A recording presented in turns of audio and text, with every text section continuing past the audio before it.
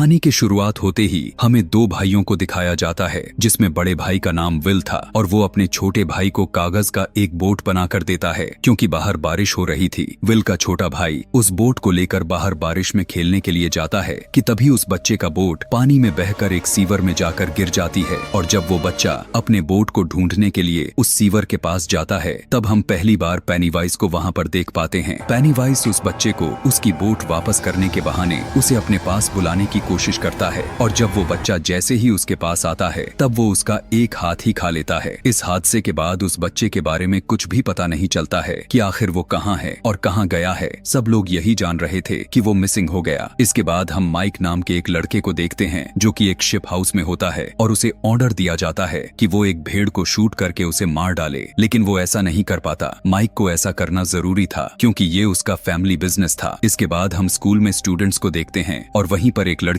जिसका नाम बेवर्ली को देखते हैं, जिसे उसे उसके क्लासमेट उसे काफी ज्यादा तंग करते हैं। सभी बच्चे समर वेकेशंस स्टार्ट होने की वजह से काफी ज्यादा खुश होते हैं और वहीं पर हम एक औरत को देखते हैं जो वो अपनी मिसिंग बच्ची को वहाँ पर ढूंढने के लिए आई हुई थी। वहाँ पर एक लड़का जिसका नाम हेनरी और वो नेचर वाइज काफी इल मैनर्ड था और वो विल और उसके बाकी के फ्रेंड्स को बहुत ज्यादा परेशान किया करता था। वहीं पर हम बेवर्ली की बेस्ट फ्रेंड बेन को भी देख पाते हैं। वो दोनों आपस में काफी अच्छे फ्रेंड्स होते हैं। दूसरी तरफ विल जब स्कूल से अपने घर आता है तब उसके फादर उसे काफी डांट सुनाते हैं क्योंकि विल समझता था कि उसका छोटा भाई अभी भी जिंदा है जो सीवर में गिरकर वहां से होता हुआ उस जगह पर गिर गया होगा जहां पर उसका डेड एंड होता है। लेकिन उसके फादर उसे समझाते हुए बताने लगते हैं कि तुम्हारा भाई मर चुका है और वो ऐसी हरकतें करना बंद कर दे क्योंकि इससे उसकी मदर को काफी दुख होगा। इधर माइक जब अपने मिट को डिलीवर कर रहा था तब उसे वहां पर एक डोर नजर आती है और वो उसके पीछे काफी अजीबो गरीब चीजें महसूस करता है। उस डोर के पीछे से बहुत सारे लोगों की साउट करने की आवाजें आती हैं और बहुत से हाथ भी बाहर निकलते हैं और तभी अचानक से वो डोर अपने आप ही ओपन हो जाता है और वहाँ पर माइक पेनीवाइज को देख लेता है। इतने ही देर में हेनरी अपने फ्रेंड्स के साथ वहाँ जाता है और माइक को टीच करके वहाँ से चला जाता है। विल का एक फ्रेंड अपने फादर के ऑफिस में बुक रखने के लिए जाता है। तभी उसी समय वहाँ पर वो एक बहुत ही डरावनी औरत की पेंटिंग को देखता है जिससे हर बार की तरह डर जाया करता था। उसे डराने वाला कोई और नहीं बल्कि पेनीवाइज ही था जो सभी को उनके डर से ही डराता था और उन चीजों से जिनसे वो हमेशा डरते हैं। विल अपने फ्रेंड्स को लेकर सीवर के डेड एंड की तरफ जा रहा है और बेन लाइब्रेरी में बैठकर पोएट्री लिख रहा होता है और साथ ही एक जगह डेरी की एक हिस्ट्री भी पढ़ रहा होता है जो दरअसल वही जगह थी। उस हिस्ट्री में डेरी टाउन में होने वाली सारे इंसिडेंट की इंफॉर्मेशन मिलता है और वो इंसिडेंट लोगों के डेथ के बारे में ही थी, यानी बहुत से लोगों की मौत हो चुकी थी। अब यहाँ पर बेन को विजुलाइज होने लग गया था और उसके साथ ये कोई और नहीं बल्कि पेनीवाइज ही कर रहा था और वहीं पर बेन को एक बैलून उड़ता हुआ नजर आता है जो उसके सिवाय किसी और को नजर ही नहीं आ रहा था। बेन जब उस बैलून के पीछे पीछे जाता है तब उसे वहाँ पर बहुत सारे ईस्टर एग्स मिलते हैं और वो उन्हें फॉलो करते करते वो लाइब्रेरी तक पहुँच जाता है और तभी अचानक से आधा जला सर कटा हुआ इंसान बेन हमला करने के लिए दौड़ता है, लेकिन बेन अपनी जान बचाते हुए वहाँ से भाग जाता है। बेन जब वहाँ से बाहर की तरफ आता है तब हेनरी और उसके दोस्त उसे पकड़ लेते हैं, उसे काफी ज्यादा परेशान करते हैं और यहाँ तक कि हेनरी बेन के पेट पर एंच लिख दिया। ठीक उसी समय कार में एक कपल वहाँ से गुजरता है और बेन उनसे हेल्प मांगता है, लेकिन वो लोग उसकी एक भी नहीं सुनने वाले थे। उसी कार में बेन एक रेड बैलून देखता है जिससे साफ जाहिर था कि उस कार में जो कपल बैठा हुआ है अब वो भी पेनीवाइज के कब्जे में आ चुके हैं कि तभी किसी तरह बेन अपनी जान छुड़ाकर वहाँ से भाग जाता है और वो बैड ग्रुप उसका पीछा करते रहते हैं। दूसरी तरफ विल अपने कुछ फ्रेंड्स के साथ उस शहर के डेड एंड सीवर पर अपने भाई को ढूंढ रहा होता है, लेकिन वहाँ पर उसके भाई का नहीं बल्कि किसी और बच्चे का जूता मिलता है।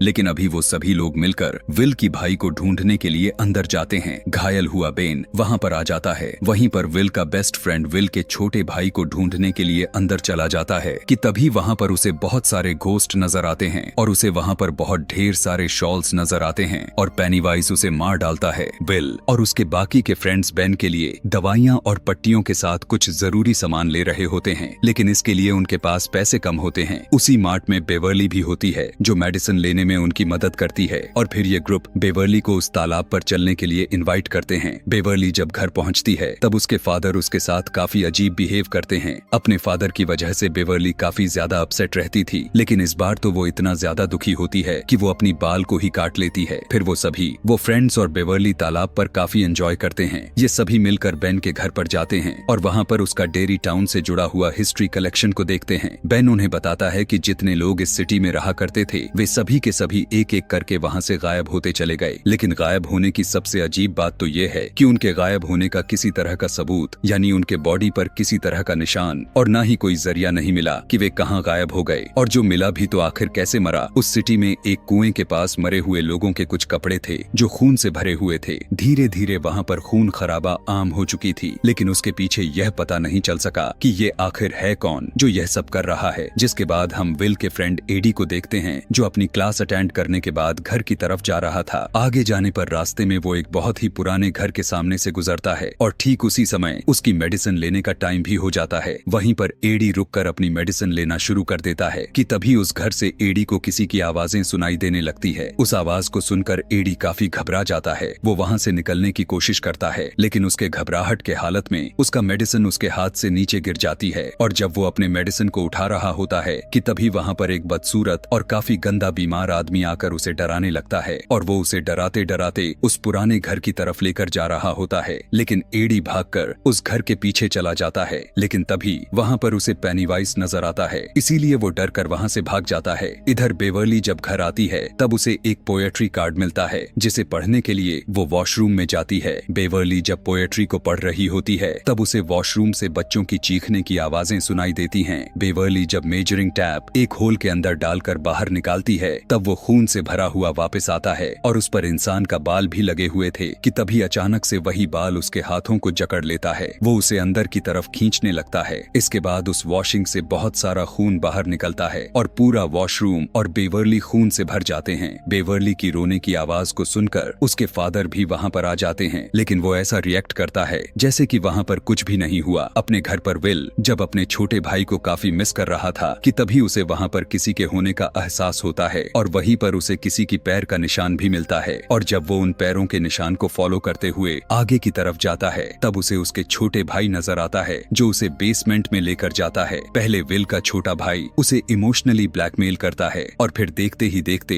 एक शैतान में तब्दील हो जाता है कि तभी वहाँ पर पेनीवाइज भी आ जाता है जो सीधा विल पर अटैक कर देता है। लेकिन ठीक वक्त पर विल अपनी जान बचाकर वहाँ से भाग जाता है। अगली सुबह बेवर्ली उन सभी फ्रेंड्स को अपने घर पर बुलाकर उन्हें अपना घर की वॉशरूम दिखाती है। सभी बच्चे देख पाते हैं कि वहाँ पर बहुत ज्यादा खून है, लेकिन बेवर्ली सोच में पड़ जाती है कि उसके फादर को वो क्यों नजर नहीं आ रहा था। फिर वो सभी मिलकर उस वॉशरूम को क्लीन करते हैं। कुछ टाइम के बाद सभी फ्रेंड्स मिलकर आपस में डिस्कस करते हैं कि यहाँ पर कुछ सही नहीं हो रहा, कुछ न कुछ तो गड़बड़ जरूर हो रहा है, क्योंकि उन लोगों के साथ भी कुछ न कुछ अजीबों गरीब हो रहा है। और वो जोकर जैसा दिखने वाला आदमी उन्हें भी नजर आता है कि तभी कुछ ही दूरी पर हेनरी की कार और माइक की साइकिल नजर आती है। इसीलिए वो माइक को बचाने के लिए फौरन भागते हैं। दूसरी तरफ हेनरी और उसके सभी फ्रेंड्स मिलकर जबरदस्ती माइक को कच्चा मीट को खिलाने की कोशिश करते हैं और उसे काफी मारते पीटते भी हैं कि तभी कुछ दूर माइक को झाड़ियों में पेनीवाइज नजर आता है कि एक बच्चे का हाथ खा रहा था और साथ में वो माइक को एक अजीब तरह का स्माइल भी दे रहा था कि तभी उसी समय माइक के फ्रेंड्स वहाँ पर पहुँच जाते हैं और हेनरी और उसके फ्रेंड्स पर पत्थरों की बारिश कर देते हैं और माइक को सेव कर लेते हैं। फिर वो ग्रुप मिसिंग होने वाली बच्चों की पोस्टर देख रहे थे कि तभी बेन उन्हें बताता है कि उसने दोबारा से डेरी टाउन के बारे में पढ़ा है। वो कहता है कि डेरी टाउन में हर 27 सालों बाद ऐसी इंसिडेंट्स होते रहते हैं। उन इंसिडेंट्स में लोग गायब तो होते ही हैं, लेकिन ज्यादातर बच्चे शामिल होते हैं। ऐसा पहले तो कुछ अरसे तक चलता रहता है, लेकिन फिर अचानक से बंद हो जाता है और फिर 27 सालों बाद ठीक इसी तरह से होने लगता है। वे सभी यह समझ जाते हैं कि कोई तो है जो 27 सालों बाद यहाँ आता है और बच्चों को पकड़कर खा जाता है। और इतना ज्यादा शिकार करने के बाद 27 सालों तक वो बिल्कुल रिलैक्स हो जाता है और साथ में वो यह बात भी समझ जाते हैं कि वो उसी रूप में आकर बच्चों को डराता है जिससे वो सबसे ज्यादा डरते हैं। और यह साफ जाहिर है लगभग सभी बच्चे जोकर से ही डरते हैं। विल वहाँ से सभी को अपने घर लेकर जाता है और उन्हें डेरी टाउन का मैप दिखाता है। मैप देखकर उन्हें पता चलता है कि जहाँ जहाँ वो सभी इंसिडेंट्स हुए थे वो जमीन के नीचे एक नाले से जुड़े हुए हैं और ये सारे के सारे गटर एक ही जगह पर आकर आपस में मिलते हैं और वो वही कुआं है जो उसी पुराने घर में था। और इस बात को बच्चे अब समझ चुके थे कि पेनीवाइज वहीं पर रहता है, उसी पुराने घर के कुएं में। तब एडी इन बातों से बहुत डर जाता है और वो सब कुछ बंद करने के लिए कहता है, लेकिन अचानक से प्रोजेक्टर अपने आप ही चालू हो जाता है और पिक्चर्स अपने आप ही चेंज होना शुरू हो जाते हैं। ये देखकर वे सभी बच्चे काफी घबरा जाते हैं और काफी ज्यादा डर भी जाते हैं कि तभी उन पिक्चर्स में विल की छोटे भाई की पिक्चर्स भी आती है और उसी समय पेनीवाइज भी एक पिक्चर के जरिए उनके सामने आता है कि तभी अचानक से पेनीवाइज उस फोटो में से निकल जाता है और सभी बच्चों को डराने लगता है। वो सारे बच्चे काफी ज्यादा डर जाते हैं, लेकिन विल डिसाइड कर लेता है कि वो पुराने खंडर वाले कुएं में जाकर पेनीवाइज का सामना करेंगे। वो सभी बच्चे विल की बात मानकर उसके पीछे पीछे उसके घर में जाते हैं। विल सभी से कहता है कि हमें उसका मुकाबला करते हुए उसे रोकना चाहिए, वरना ये सिलसिला ऐसे ही हमेशा के लिए चलता रहेगा और हो सकता है कि उनमें से ही कोई हो जो हमसे बिछड़ जाए और उस जोकर का शिकार बन जाए। और जब वो लोग उस घर के अंदर जाते हैं तब पेनीवाइज उसे विजन दिखाना शुरू कर देता है और सभी को एक दूसरे से अलग कर देता है। एडी फिर से उस क्रिपी सा दिखने वाले आदमी से डरकर ऊपर से नीचे गिर जाता है और काफी इंजर्ड हो जाता है। उन फ्रेंड्स में से जिसका नाम रिची था वो एक रूम में लॉक्ड हो जाता है, जिस रूम में बहुत सारे जोकर्स थे, और तभी वहाँ पर पेनीवाइज आ जाता है। लेकिन इससे पहले कि वो रिची को कुछ नुकसान पहुँचा पाता,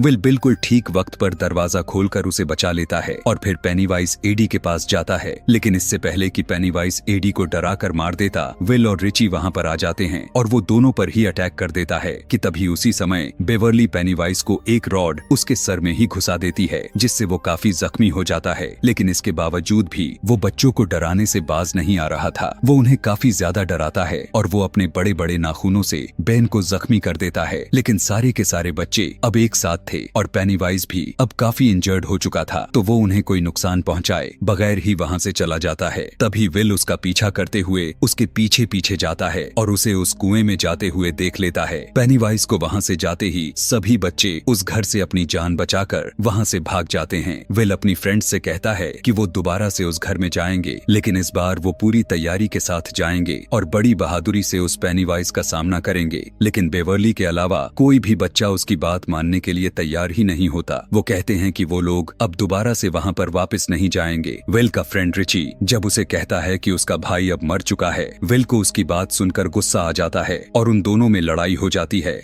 और वो ग्रुप आपस में बिखर जाता है। बेवर्ली उन्हें काफी समझाती है कि पेनीवाइज यही तो चाहता है कि वो दूसरे से अलग हो जाएं, क्योंकि उसे पता है कि अगर वो साथ रहे तो वो उससे लड़ लेंगे। लेकिन बेवर्ली की बातों को कोई नहीं मान रहा था। दूसरी तरफ हेनरी को अपने घर के पास रखे गए लेटर बॉक्स के ऊपर एक लाल कलर का बैलून उड़ता हुआ नजर आता है, जो कि पेनीवाइज का वहाँ होने का साइन था। जब वो उस बॉक्स को खोल कर देखता है तब उसे वहाँ पर एक नाइफ मिलता है। ये नाइफ उसी का था जब वो जंगल में बेन का पीछा कर रहा था। हेनरी जैसे ही उस चाकू को अपने हाथ में लेता है तब वो पूरी तरह से पेनीवाइज के कंट्रोल में आ जाता है। पेनीवाइज हेनरी को बहुत ही ज्यादा फोर्स करने लगता है कि वो अपने फादर को जान से मार डाले, जबकि हेनरी सच में पेनीवाइज के बहुत ही ज्यादा वश में हो चुका था और जब उसके फादर सो रहे थे तो वो सच में ही उन्हें जान से मार डालता है। बेवर्ली के डैड अग्रेसिव होकर उसके साथ जबरदस्ती करने की कोशिश करते हैं। बेवर्ली अपने फादर को टांग मारकर वहाँ से भाग जाती है और खुद को वॉशरूम में बंद कर लेती है। लेकिन बेवर्ली का फादर वॉशरूम का दरवाजे को तोड़कर अंदर घुस जाता है अपनी जान बचाने के लिए। बेवर्ली किसी चीज से अपने फादर के सर में मारकर उन्हें बेहोश कर देती है। दूसरी तरफ विल बेवर्ली को ढूंढते ढूंढते उसके घर तक चला जाता है, जहां पर उसे बेवर्ली के फादर के डेड बॉडीज के साथ दीवारों पर लिखा हुआ पेनीवाइज का मैसेज मिलता है। वहां पर लिखा हुआ था, you die if you try. विल अपने सभी फ्रेंड्स को बताता है कि पेनीवाइज बेवर्ली को लेकर चला गया है और वो बेवर्ली को बचाने के लिए दोबारा से एक हो जाते हैं और फिर वो लोग दोबारा से इस घर में आते हैं। लेकिन इस बार वो लोग पूरी तैयारी के साथ अपने साथ हथियार भी लाए हुए थे ताकि वे लोग पेनीवाइज का मुकाबला कर सकें। दूसरे तरफ हम बेवर्ली को देखते हैं जिसके ऊपर खून के कुछ कतरे गिरते हैं, जिससे वो होश में आकर देखती है कि वो तो एक गटर में है जहां पर एक कचरे का एक बहुत ही बड़ा ढेर काफी ऊंचाई तक लगा हुआ था और वहां पर बच्चों के डेड बॉडी हवा में फ्लाई कर रही होती हैं। तब बेवर्ली वहां से भागने की कोशिश करती है, लेकिन पेनीवाइज उस पर अचानक से अटैक कर देता है और उसे काफी ज्यादा डराने लगता है। लेकिन अब बेवर्ली नहीं डरने वाली थी। बेवर्ली बड़ी बहादुरी से उसका मुकाबला करने लगती है है। और जब पेनीवाइज यह देखता है कि बेवर्ली उससे नहीं डर रही तो उसे अपना असली रूप दिखाता है और वो पेनीवाइज की एक डेड लाइट भी थी। उसे देखकर बेवर्ली तुरंत बेहोश हो जाती है। सारे बच्चे कुएं से नीचे उतर जाते हैं, लेकिन जब माइक की बारी आती है तब हेनरी उस पर अटैक कर देता है। वो उसे मारने की कोशिश करता है, लेकिन उससे मुकाबला करके उसे कुएं में काफी नीचे की तरफ गिरा देता है। वो लोग जब कुएं से नीचे उतर रहे होते हैं तब उनका फ्रेंड उनसे अलग हो जाता है और यहाँ पर पेनीवाइज उस भयानक सी दिखने वाली औरत के रूप में आकर उस पर अटैक कर देता है। बाकी के फ्रेंड्स अपने उस दोस्त को ढूंढने के लिए वहाँ पर पहुँच जाते हैं, लेकिन इससे पहले कि पेनीवाइज इसे जान से मार डालता वो सब वहाँ पर पहुँच जाते हैं और पेनीवाइज वहाँ से भाग जाता है कि तभी वहीं पर विल को उसका छोटा भाई नजर आता है, जिसको फॉलो करते हुए वो बिल्कुल उसी जगह पर पहुँच गया था जहाँ पर बेवर्ली उसके कब्जे में थी। बेवर्ली हवा में लटक रही थी। उसे देखकर विल उसे नीचे लाने की कोशिश करने लगता है और फिर विल अपने भाई के पास चला जाता है। तभी बाकी के फ्रेंड्स वहाँ पर आ जाते हैं और सभी मिलकर बेवर्ली को नीचे उतारते हैं, लेकिन बेवर्ली होश में नहीं थी। वो सभी उसे होश में लाने की कोशिश करते हैं, लेकिन उनकी कोशिशें नाकामयाब रह जाती हैं। फिर बेन बेवर्ली को हक करता है क्योंकि वो उसे काफी लाइक करता था, तो इसीलिए बेवर्ली पेनीवाइज की ट्रैप से बाहर आ जाती है और बिल्कुल होश में आ जाती है। पेनीवाइज विल को उसके छोटे भाई के रूप में उसे काफी इमोशनली ब्लैकमेल करता है और उसे अपने साथ घर लेकर जाने के लिए भी कहता है। विल उसकी बातें सुनकर रोते हुए कहता है कि मैं जानता हूँ कि तुम मेरे भाई नहीं हो, और वो उसे अपने गन से शूट कर देता है। लेकिन इस बार पेनीवाइज काफी गुस्से में आ जाता है और अपने असली रूप में आकर उन सब पर अटैक कर देता है।